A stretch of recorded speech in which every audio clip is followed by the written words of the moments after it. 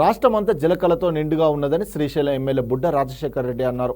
ఏపీలోని నంద్యాల జిల్లా Velugodu balancing reservoir నుంచి మద్రాస్ కాలువకు నీటిని విడుదల చేశారు ఎమ్మెల్యే. ఒక గేట్ ద్వారా 1000 క్యూసెక్ల నీటిని విడుదల చేశారు. దీంతో నంద్యాల, వెలుగోడు, బండి, ఆత్మకూరు, సిరివెల్ల, అల్లగడ్డ తదితర మండలాలకు తాగునీరు అందించనుంది. నీటి విడుదలతో రైతులు హర్షం వ్యక్తం చేస్తున్నారు.